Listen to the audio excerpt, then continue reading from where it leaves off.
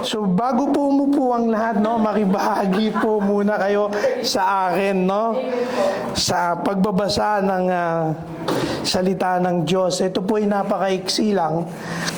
Okay, ngunit sabi ko nga kanina sa prayer, it will overcome our situations. Alam niyo po ba yung salitang overcome? Di ba? Magtatagumpay ka. Okay? So, ang salita po ito ay matatagpuan natin sa aklat ng Pilipos. So, Philippians, basahin ko po sa King James, chapter 4, verse 13, no? So, siguro po ay alam nyo na po yung salitang ito, no?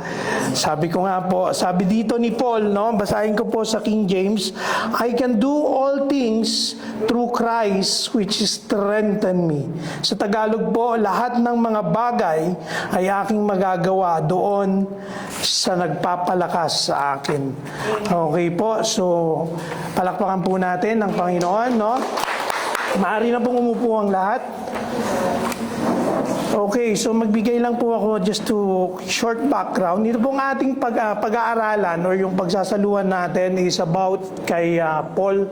Sulat niya po ito sa Philippians Church. At nung time na siya po ay sumulat, nung ginawa niya tong sulat na ito, si Paul po ay nakakulong. Okay? So kung siya ay nakakulong, ibig sabihin, napakatindi ng sitwasyon. Meron na po bang naranasan makulong dito? Ako po naranasan ko. Okay? Hindi po maganda sa kulungan. Okay? At nagkaroon po ako ng phobia. Okay, paglabas ko, pag nakakita ako ng pulis, kinakabahan ako. Okay, kasi bakit? Nasubukan ko pong nakulong before. But ano po yun, mababa lang na case. Pero na-dismiss na, okay, dahil wala naman po akong ginawang kasalanan. Pinagtanggol ko lang yung trabaho ko, which is nagkaroon ng misunderstanding. Okay po, so dito, kung babasahin natin yung whole chapter ng Philippians chapter 4, kasi from Philippians 1 to chapter 4, makikita nyo doon na mayroong conflict ang church. Okay? Kung babasahin po natin yung aklat ng Pilipos, makikita nyo doon na ang sulat ni Paul laging nagpapahayag ng arrangement, okay? Nagpapalakas, encouragement. At dito po sa ating pong pag-aaralan, kung babasahin po natin yung chapter 4, makikita natin sa umpisa pa lang, magsitibay kayo sa Panginoon. Diba? So, ang bungad pa lang ng sulat na ito ay patungkol po sa kalakasan. Although binanggit ni Paul dito yung paano mamuhay ng may kagalakan, binanggit din ni Paul kung paano mamuhay ng may kapayapaan sa Panginoon. Diba? Rejoice in the Lord, I say rejoice. Sabi niya, no? At the same time, yung kapayapaan na hindi nasusukat ng ating pagkaunawa. Ito ay divine peace na galing sa Diyos. Ito po, pinamagatan ko po ito na divine strength. Okay? So kung titignan po natin, isa sa pinakamatindi na ginagamit ng kaaway sa buhay ng mga mananampalataya, either kahit hindi ka mananampalataya, nararanasan mo to bilang isang tao, ay yung salitang discouragement. Okay? Yung discouragement po sa buhay ay nagpapababa sa moral. Okay? Kapag ikaw ay disappointed, mayroon kang setbacks na naranasan, nag-apply ka ng trabaho, instead na matanggap ka, hindi ka natanggap, at yung nag-interview pa sa'yo, parang diniscriminate ka pa. Alam mo yun, yung disappointment na andun na, at the same time, yung pagkabagsak mo sa trabaho, dahil hindi ka nakuha, meron ng discouragement kagad. Mag-a-apply pa ba ako? Para magda-doubt ka sa sarili mo. Tama? Ito yung opposite ng courage, di ba? Discouragement. Nawalan po ng lakas. Okay, so dito, mayroon pong dalawang strength na tinutukoy ang Bible. Which is, unang strength po, yung physical strength. Na kung ating pong titignan, mayroon po nito yung isang lingkod ng Diyos na pinagpala ng physical strength. Ito po ay si Samson.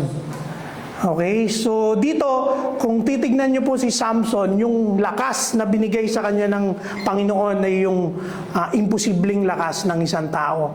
Di ba? Ang dami niyang nakalaban, nakaaway sa pakikipagtunggali, no? Pero siya ay nagtagumpay. At gayon din, itong physical strength na ito, kung titignan natin, ito kung yung lakas na binigay ng Diyos nga kay Samson, ngunit ang lakas na ito ay mayroong hangganan. Okay? Alam naman natin ang lahat ng tao ay mayroong hangganan ng lakas natin. Mayroong limitasyon, even yung karunungan natin. Ibig sabihin, ang karunungan at kakayanan, ang maging ang lakas natin bilang isang tao ay hindi sapat. Okay, this is a physical strength. But Paul said in his word, I can do all things. Di ba? Napaka-imposible noon. Kaya mong lahat gawin? Tama ba? Paano mo magagawa yun? Tao ka lang. Amen? So, kung titignan po natin dito, ano pa yung ibig sabihin ni Paul sa kanyang sinasabi? Na I can do all things. Di ba? Yung lakas po na ito, which is the divine strength. Okay? Ang tawag ko po rito ay divine strength. Okay? Ito ay lakas na nanggagaling sa Diyos. Ito ay lakas, meaning yung strength na ito, it's beyond your human capacity. Okay? Ini-exceed nito ang lahat ng kalakasan na meron ng isang tao. At dito po makikita natin, walang imposible. Okay? Sa lakas na ito, walang imposible. That's why Paul said, I can do all things. Kung titignan po natin, I can do all things. Now, dito po ay sinabi ni Paul, lahat ay magagawa niya. Meaning, walang imposible. Bakit? Naisipakita ni Paul na ang pag-aalala sa sitwasyon. Kasi, alam niyo po, kung titignan natin dito, tinukoy din ni Paul sa verse 6, sabi niya, be careful for nothing, but in everything, by prayer and supplication, with thanksgiving, let your requests be made known unto God. Kapag may pinagdadaanan pala ang tao, di ba? Huwag po tayong dumipende sa ating kalakasan. Di ba? Sabi ng 1 Corinthians 10 na I think verse 12, yung nag-aakalang malakas, di ba? Baka matibag, di ba? Baka mabuwal. Ibig sabihin, kung tayo po ay mayroong mga sitwasyon sa buhay, kasi nag-aano po ito kung paano i-handle ng mga taga-Pilipos ang kanilang personal na sitwasyon. Okay, kung aaralin natin ito, binibigyan tayo ni Paul ng isang insight na kung saan, paano mamuhay ng may kagalakan, ng may kapayapaan sa Panginoon. Gamit-gamit ang lakas ng Diyos. Amen? Hindi natin lakas. Kasi kung lakas natin, ang pagbabasihan natin, hindi ito makakaya ng sarili nating lakas. Bakit? Sabi ko nga po kanina, mayroon pong limitasyon ng kalakasan natin. Sinabi po ni Paul, dahil ang lakas na ito, tinutukoy niya ay hindi physical na lakas, kundi ang lakas na makalangit. Sapagkat nais niyang ipakita na kung tayo ay aasa at didepende sa sarili nating kakayanan at capabilities. Yes, mayroon pong matalinong tao. Yes, mayroon pong malakas na tao na kung saan titignan mo, talagang makikita mo, masiset aside sila sa karamihan. Di ba? Pero lahat ng tao may weakness. Agree po ba kayo doon? Lahat ng tao may weakness. At kapag once na naandun ka sa time ng weakness mo, ano po ang nararanasan mo? Di ba? Lahat tayo may weakness, di ba? Kapag once na pinagawa sa'yo yung bagay na hindi mo gusto o yung kahinaan mo, ano kaya ang mararamdaman mo? Hindi ko kaya yan. Diba? But Paul said, I can do all things. Diba? So, dito kung makikita natin, yung pinapatungkulan ni Paul dito, sino pong nakaranas na ng discouragement dito? Eventually, ikaw ay napagod, ikaw ay lubusang nanghina. Okay, sino dito yung nakaranas na kung saan ay, siguro example dito, yung ikaw mismo parang wala ka ng ganang manalangin. Wala ka ng ganang pumuri sa Panginoon. Di ba? Dahil sa sitwasyon, dahil sa mga discouragement mo, dahil sa disappointment, dahil sa nararanasan mo. May problema ngayon, bukas. Di ba? Ano kaya ang naghihintay sa atin? Di ba? Sunod-sunod yung problema. Pero ano ang gagawin mo? Sabi ni Paul, ano po? Sa verse 6 po, dito, be careful for nothing, but in everything by prayer. Nakukuha po ba natin? Tayo po ba yung tao na kung saan pag nakaranas ng matinding pagsubok, ng matinding problema sa buhay natin, ano po ginagawa natin? Yung tipong hinang-hina ka na. Ubus na yung lakas mo na para bang ayaw mo nang gumising. Nangyari na po ba yun? Hindi katamaran yun. Hindi po katamaran yun. Ibig sabihin, burnout ka na. Ibig sabihin po ng burnout, pagod ka na. Ubus na yung kalakasan mo physically, ubus na yung kalakasan mo mentally, mayroon ka ng emotional damage. Amen? Yung emotional damage, kapag bumaba na ang moral ng tao, kapag bumaba na yung paniniwala mo sa sarili mo na kaya mo, ibig sabihin, nagdadalawang isip ka na. Sa bawat gagawin mo, may doubt ka na sa sarili mo. Bakit? Dahil ba yung ginagawa mo, laging walang resulta? Ginagawa ko naman lahat, Lord, bakit walang result pa din? Di ba? Pero dito, bagamat ganon, no? Ang ating pong Diyos na makapangyarihan, makikita natin kung bakit ito sinasabi ni Paul, kasi kilala na ang Diyos na pinaglilingkuran niya. Amen? Tayo ba, kilala ba natin ang Panginoon? Amen. Ang Diyos na ito na tinutukoy ko ay Diyos na bumubuhay ng patay. Di ba? Diyos na kung saan nagpapasuko ng mga demonyo. Amen? Tandaan niyo po ito. Ilagay niyo po sa puso't isip niyo, no? Ang strength, ang lakas nating mga Kristiyano na hindi magigiba ng kaaway kahit kailan ay si Kristo. Amen? Amen? Panindigan po ninyo yun. Ano man ang daanan natin sa buhay na ito, ang lakas natin si Kristo. Hindi po yan magigiba ng demonyo. Diba? Dapat ikaw mismo alam mo yung identity mo bilang Christ-likeness, bilang anak ng Diyos, bilang mananampalataya, bilang Kristiyano. Kaya nga sabi ni Paul dito, magpakatibay kayo sa Panginoon. Bakit po? Ang dapat na nagiging sentro ng ating buhay ay ang Diyos. Hindi po yung sarili natin, yung mga ginagawa natin. Kasi kung titignan mo lang yung katotohanan sa buong buhay ng mga Kristiyano, ang buhay natin pansamantala lang. At hindi ito magtatagal dito.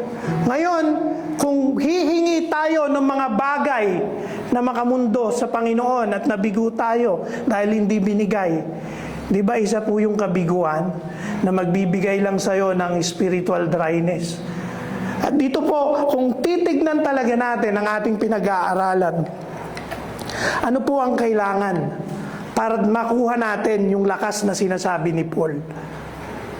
Ano po yung kailangan? Dito po, ang ating pong kailangan, ang keyword dito yung salitang intimacy. Yung salitang intimacy. Di ba? Kasi bakit? Kasama po natin ang Panginoon. Sabi niya, I can do all things. This is making things impossible. Yung wala pong imposible sa'yo. At ngayon, magagawa mo lang to pag mayroon kang pananalig sa Diyos. Amen. Kasi bakit? Tumitindig ka. You stand in your identity. Di ba sinasabi ng Bible na kaya natin magpalayas ng demonyo? Di ba? Tinitindigan ba natin yon? Kaya nga po siguro, nakikita ko, ako nung bago akong mananampalataya, lagi akong natatalo sa laban. Totoo po yun. Nung ako'y bagong mananampalataya, siguro thrice akong naisahan ng kaaway. Okay, maraming bagay akong ano. Pero, inaral ko po yung salitang warfare. Okay? Kasi natutunan ko po yung pagiging Kristiyano ay punong-puno ng pakikipaglaban. Hindi po sa physical, kundi sa spiritual. Lahat ng taong nakapaligid sa'yo, gagamitin ng kaaway para pabagsakin ka. Lahat ng tao na alam mo na makakatulong sa'yo, minsan gagamitin ng kaaway para ikaw ay pabagsakin. Pero dahil hindi mo yun nakikita, kung hindi ka marunong sa warfare, akala mo, ang kaaway mo yung nanay mo. Akala mo yung kaaway mo, yung kapitbahay mo, yung kapatid mo. Pero hindi. Dito po, dinaanan ko lang. Pero ang topic natin dito, yung divine strength, no? Dito po kasi, ang Diyos ay makapangyarihan. At kapag siya ang kumilos sa buhay natin, no question. No question po yun. Kapag sinabi niyang magtatagumpay ka, through His Word. Makikita mo. Alam niyo po, ang Word na ito ng Panginoon, it will help us to overcome. Bakit ko po sinasabi? Napaka-powerful ng message.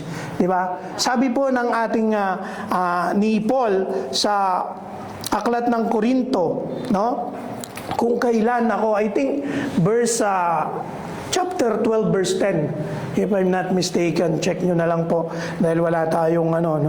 So, kung titignan nyo doon, sabi ni Paul, kung kailan ako mahina, doon ako malakas. Okay? Relevance ba dito? I can do all things through Christ, which strengthen me. Sabi niya sa 2 Corinthians, di ba? 12, I think, chapter 12 verse 10. Diba? Makikita natin diyan if tama ako kasi I'm reminding myself po regarding diyan kasi it reminds me lang habang nakatayo dito. Okay, so sabi ko nga po, walang maibang makakatulong sa atin kundi ang Diyos. Sa gitna ng pagsubok, sa gitna ng mga kawalan, sa gitna ng, sabi nga, yung spiritual dryness, yung panghihina ng kalooban, di ba, yung burnout, yung ubus na ang lakas mo, nangyayari yun, tama po ba? Sino bang hindi nakaranas nun? Ako, aminado ako, naranasan ko yun. Naubos ang kalakasan ko, pumunta ako sa kwarto. Diba? Para akong walang gana manalangin, parang wala akong gana magpure, but Lord reminds me. Ilang beses kong pinanalangin kung ano ang ituturo ko dito eh. But Lord, give me this so I know mayroong gustong gawin ng Panginoon sa atin, sa bawat isa, maging ang nasa online, no? Kasi bakit? Kung tinatamad ka na, di ba? Malamang mayroon ka ng worries eh. Meron ka ng katamaran, 'di ba? Meron kang suddenly magiging siguro depression, may stress ka. At kapag nangyari yung bagay na 'yon, 'di ba? Makikita mo yung sitwasyon na negative na. Hindi na positive. 'Di ba? Makikita nyo even yung si Philip in John 14, 'di ba? Sabi niya sa Panginoon, ipakita mo naman sa amin ng Ama at okay na kami. Di ba? Even siya mismo kasama ni Lord pero hindi niya nakita ang Panginoon sa harapan niya. Na Diyos ang ating Panginoong Hesus. Di ba? Minsan ang ating sitwasyon tinatakpan ang ating mata. Imbis na makita natin ang Diyos na ating pinaglilingkuran na pinaka makapangyarihan yung sitwasyon ang nakikita natin. Are you believe? God is greater. Yes. Amen? God is greater. Tama po ba? Yes. Yes, Lord. You are greater than our situations. Yes. You are greater than anything happening in our surroundings, in our life. Di ba? So dito, I can do all things. Sabi niya, talagang magagawa mo ang lahat. Makakaya mo ang lahat kapag kasama mo ang Diyos. That's why the secret word, sabi ko nga, yung intimacy. Bakit ang Diyos nga po ay makapangyarihan? In a hopeless situations, huwag kang dumipende sa sarili mo. Baka naman kasi napapagod ka, baka naman kasi nagkakaroon ka ng katamaran, ng stress, ng worries, kasi bakit? Dumidepende ka sa sarili mong kalakasan. Okay? It's not enough. I tell you now the truth. you would realize hindi po enough ang ating kalakasan. Kahit anong mangyari, kailangan mong manalangin. In every situations, kailangan mong sumamba sa Diyos. Ako po, nung time na naranasan ko to, ang una kong ginawa, worship. Okay? Worship. Bakit? Ito po'y bumubukas ang kapangyarihan ng Diyos. Kapag once na sumamba ka sa Kanya, dumarating ang Kanyang presensya. Okay? Sabi nga po niya sa Kanyang salita, if I'm not mistaken ulit, sa Corinthians, no? 3:16. Ang sabi niya po doon, I think 2 Corinthians 3:16, if I'm not mistaken. Ang sabi niya po doon ay, ang pinalaya na ng Panginoon, no? The Spirit of the Lord, sabi niya, basahin na lang natin para sigurado, no? 2 Corinthians po, 3:16.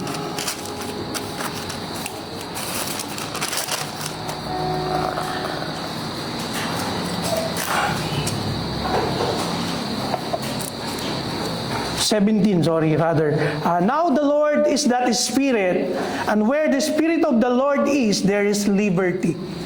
Okay, 2 Corinthians 3:17. Ang sabi niya po doon, mayroong kalayaan sa Espiritu ng Diyos. Kapag sumamba ka sa Panginoon na mayroong kang kalagayan, anong mangyayari? Lalaya ka. Amen. Yung akala mong imposible, magiging posible na sa tulong ng Panginoon. Bakit? Yung sabi ko nga po kanina, wala pong makakatalo sa Panginoon. Kapag ang Panginoon mismo ang siyang dumating sa ating kalagitnaan, lahat ng daladalahin mo, lahat ng mga bagay na dinadaanan mo, it will come to pass. Madidestroy lahat yan. Kasi bakit? Ang Diyos mismo, ang pinakamakapangyarihan ng Diyos mismo, ang bagay na meron ka na kung saan hindi magigiba ng kaaway. Dapat paniwalaan mo na kung saan dumarating ka pa lang, nanginginig ng demonyo. Di ba? Kaya mo bang mag-stand sa ganon? O pag mayroon kang naranasan, di ba, na problema o sitwasyon sa buhay, yung strength mo. Sabi niya, I can do all things through Christ. So, kanino po? Through Christ. Amen? I can do all things. Hindi pala sa sarili niya. Kaya sinasabi niya, I can do all things. Kasi bakit? Mayroon pala siyang sandigan. Okay? Through Christ. At si Kristo po, yung sandigan natin, yung ating Diyos, na hindi magigiba. Na kahit sinong demonyo, gawin na niya lahat. Give it all, demons! Di ba? Hindi niya kayang ipatumba ang isang lingkod ng Diyos na kung saan nasa Kanya si Kristo. Amen? At ang Kristo na ito, na nagsakripisyo ng Kanyang buhay sa krus ng Kalbaryo, remember this. Di ba? Mahal na mahal ka. At hindi kanya kayang makita na nalugmok. Amen? Akala mo lang, wala siya sa tabi mo, pero malapit lang siya. Yes. Diba? Ang kalakasan na ito, yung divine strength na ito, it's beyond human capacity.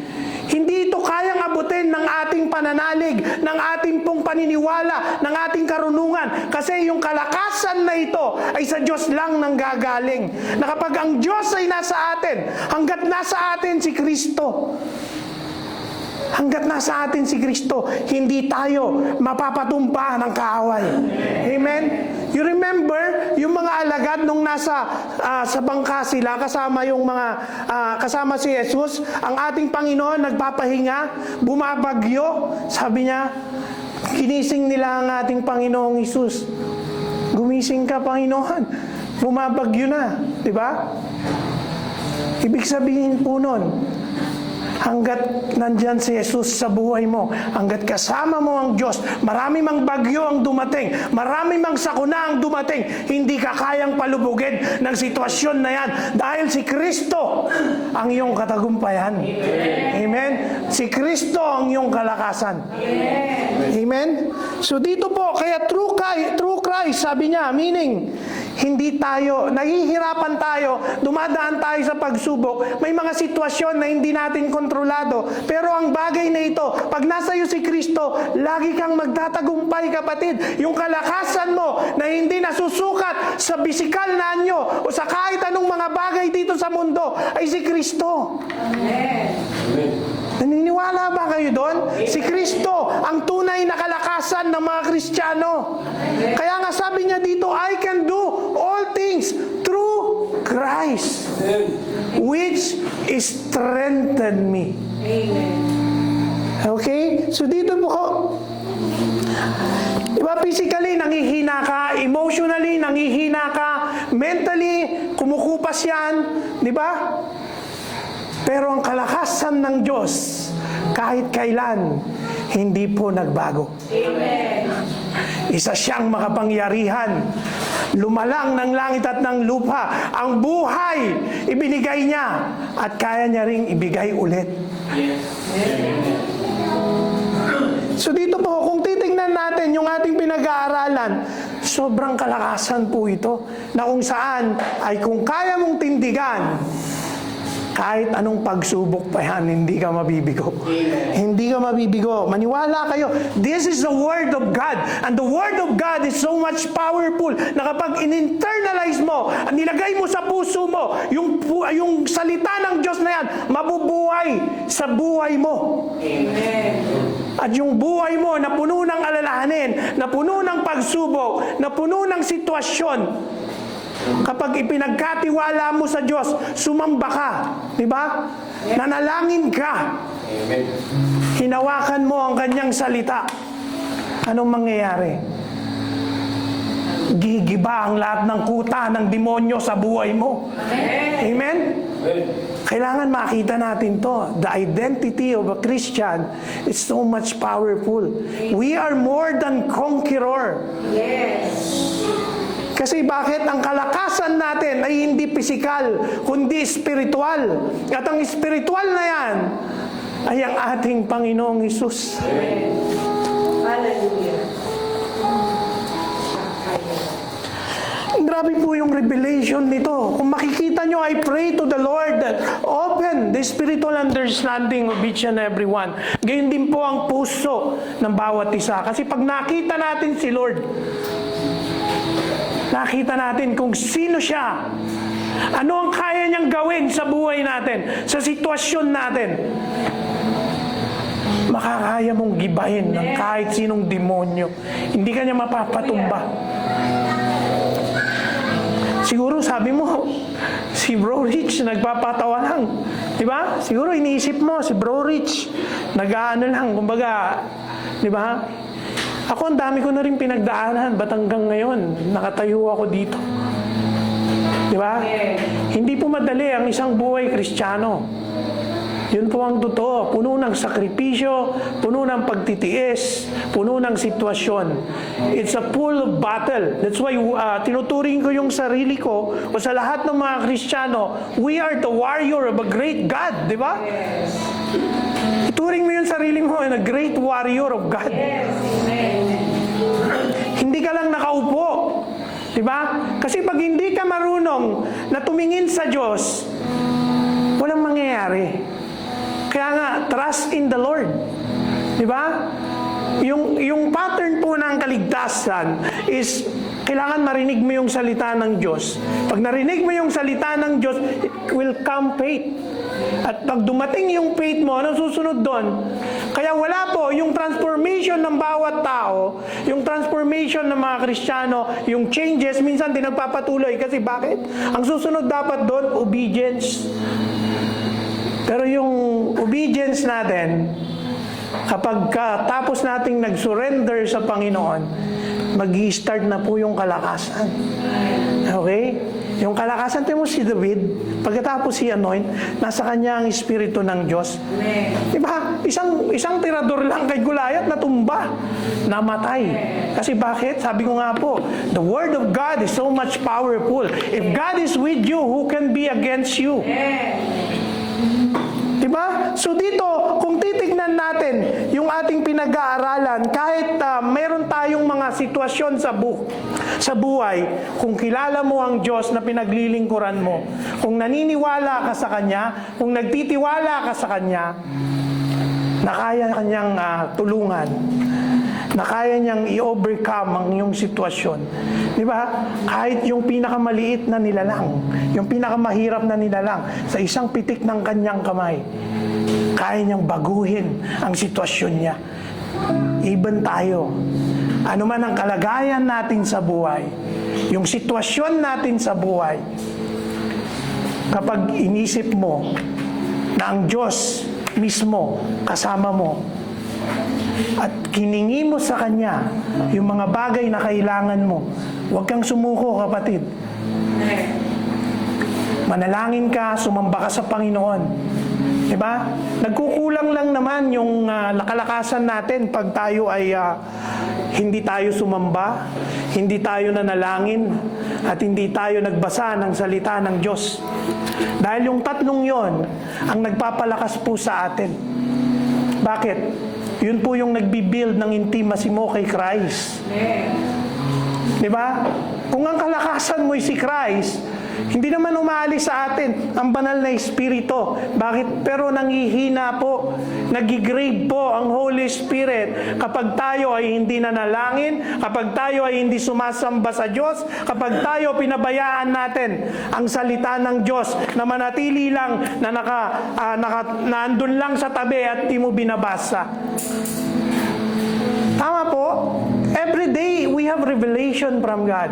Every day we have strength, we have knowledge, wisdom na nare-receive sa Panginoon. Kung nakikinig ka sa salita ng Diyos, tapos ikaw mismo ay natutulog lang o kaya umiidlip lang, hindi yung focus mo, yung puso mo wala doon sa ating pinag-aaralan, baliwala, kapatid, yung pinag-uusapan natin. But if you are serious on building your relationship to God, if you are serious na umangat o yung mag-grow ka bilang isang Kristiyano, pahalagahan mo ang ating Panginoon. Bakit? Kapag once na pinahalagahan mo ang ating Panginoon, ako po sa bawat araw, okay, nag-I love you talaga ako sa Panginoon. Paggising ko pa lang, pagmulat ng mata ko, titingin ako sa bintana, I love you, Lord. Totoo po yun. Kasi bakit? Yung pagpapahalaga natin sa Diyos ay isang bagay na kung saan nagpapalakas sa atin. Kasi pag once na mahalaga sa iyo ang Panginoon, pag mahal mo ang Panginoon, ang sabi niya po sa John 14, basahin ko lang, 21, sabi niya dito,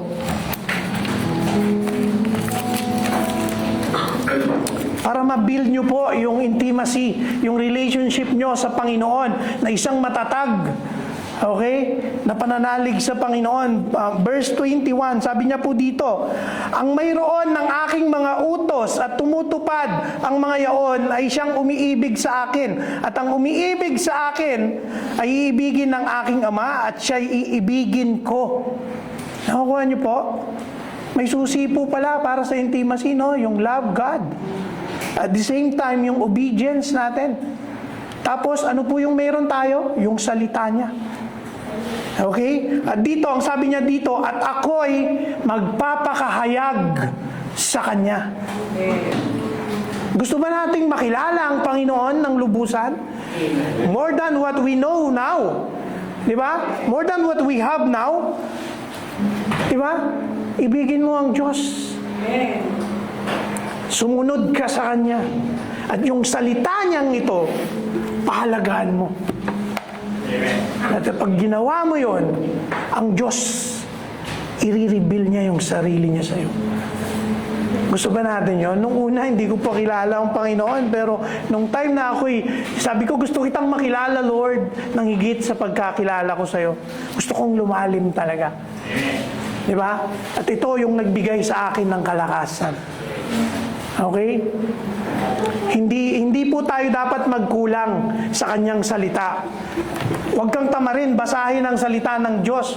Huwag kang tamarin na sumamba sa Kanya. Amen? Huwag kang tamarin na manalangin dahil ang tatlong bagay na ito ang nagpapatibay sa atin. Okay? So dito po, ang ating pong he mentioned through Christ which strengthened me. Kaya nga sabi ko kanina, baka naman kasi masyado na tayong dumidepende sa physical nating kakayanan. Yung karunungan mo, yung kayamanan mo, yung trabaho mo, na hindi ka na umaattend ng Bible study, na hindi ka na dumadalo. Kasi bakit? Dumidepende ka na lang sa physical. Napagod yung physical, nagkasakit. Nung wala ka ng income, di ba? Anong nangyari? Saka ka tuloy lalapit sa Panginoon. Huli na, friend. May sakit ka na eh. Bumagsak ka bago ka lumapit. Di ba? Ang kalakasan, nasusustain yan. Di ba? I-sustain mo ang kalakasan mo kay Kristo. Kasi sabi ko nga, ang kalakasan na hindi kayang gibain ng demonyo. Tandaan nyo po ito, itatak nyo po ito sa puso nyo. Ang kalakasan na hindi kayang gibain ng demonyo sa puso ng bawat Kristiyano, sa buhay ng bawat Kristiyano, ay si Kristo mismo. Si Kristo, pag nasa iyo, hanggat nasa iyo si Kristo, hindi ka kayang gibain ng demonyo. Kasi bakit? Ang demonyo, pag narinig pa lang ang pangalan ni Jesus, nanginginig na. Yes. Amen? He is our divine strength. Amen. Dito po, kung ating pong titignan, no, be careful po sa ating pong buhay. Sa ating pong paglalakad dito sa mundong ito, na baka, di ba? Huwag po yung kapag maliit. Kasi mayroong tao, maliit lang yung problema, binabaliwala. Diba? Okay lang, may Lord naman eh. Diba? Panalangin ko na lang yan. Diba? But ang strength na tinutukoy ko dito, kung gusto po nating ma-achieve ito, yung sinasabi ni Pablo, magpakalalim po tayo. Magpakalalim po tayo. Lalo kang sumamba sa Panginoon. Di ba? Kung siguro nagsumasamba ka sa Panginoon ng 1 oras sa bawat araw, dagdagan mo pa. Lord, I want more. Di ba? Kung nagbabasa ka ng 1 chapter lang a day, dagdagan mo pa. Basahin mo 3 chapter a day. At kung nananalangin ka ng 1 oras lang, di ba, dagdagan mo pa. Diba? Babaran mo, ibig sabihin, ibabad mo ang sarili mo sa presensya ng Diyos. Kapag ginawa mo ito, sabi ng ating pinag-aaralan, I can do all things through Christ, which strengthen me. Hindi ka malalayo sa Diyos kapag binasa mo ang salita niya. Hindi ka malalayo sa Diyos kapag sumamba ka sa Kanya. At hindi ka malalayo sa Diyos kapag nanalangin ka. At ito po ang kayang gawin ng kalakasang espiritual. Lahat ng sitwasyon mo, kaya niyang patumbayin. It will overcome your situation. Maniwala po tayo sa hindi, no? Hanggat kay Kristo ka kumukuha ng kalakasan. No? Kasi ang tanong, ito po, ang tanong po is, hindi saan, okay? Ngunit kanino ka kumukuha ng kalakasan. Kanino nang gagaling ang kalakasan mo bilang isang Kristiyano? Diba? So dito, ang ating Panginoong Hesus, ang ating kalakasan, it will overcome all kinds of situations. Naniniwala po ba kayo doon? Parang hindi. Palakpakan po natin ang Panginoon. Naniniwala tayo, no? Kailangan po malakas ang mga anak ng Diyos. Kailangan po powerful ang mga anak ng Diyos. Kailangan yung lakas na hindi nagigiba ng kaaway. Yung umaapoy. Yung on fire. Ang tanong, on fire pa ba tayo? Diba? Parang hindi makita. Diba? We need to be on fire to the Lord. At ang on fire na yan, ay makakamtan lang natin kay Kristo. Okay? Sabi ko, conclusion po, divine strength is beyond physical strength. Ito yung strength na kung saan nag-overcome in all situations. At the same time, ito yung lakas na magsusustain sa atin hanggang sa dumating ulit ang ating Panginoon. Amen? Gusto mo ba yun? Kasi gusto ng Diyos talaga. Magtagumpay tayo eh. Pero magtatagumpay lang tayo hanggat nasa atin si Kristo. Hanggat tayo ay sumasamba sa Kanya, hanggat tayo ay nananalangin, hanggat tayo ay nasa atin ang Kanyang salita, ang kalakasan nating espiritual ay hindi po manghihina. Sustain po natin. Di ba? Tinuro ko po dito, divine strength. How to sustain it. Ito po ang sabi ni Pablo, di ba? Sa verse 12 sabi niya, nakuha niyang managana, nakuha niyang maging maghirap, di ba? Pero ano ang sabi niya? Di ba? Natutunan niya ang sikreto. At ito po yung sikreto ng divine strength, si Kristo. At kung bukas ang iyong kaisipang spiritual ngayon, yung puso mo, tinanggap mo ng buong-buo ang salita ng Diyos. Maniwala ka kapatid, mag-overcome ka anumang sitwasyon. Right now, gagawin ng Diyos ang overcome na yan. No? Siya mismo, ipupulpil niya ngayong gabi ang sitwasyon. Ngayon, tayo'y tapos na sa ating pong pinag-aaralan. At nais ko pong hilingin sa lahat, tumayo po tayo, sambahin natin ang Panginoon. No? Yes.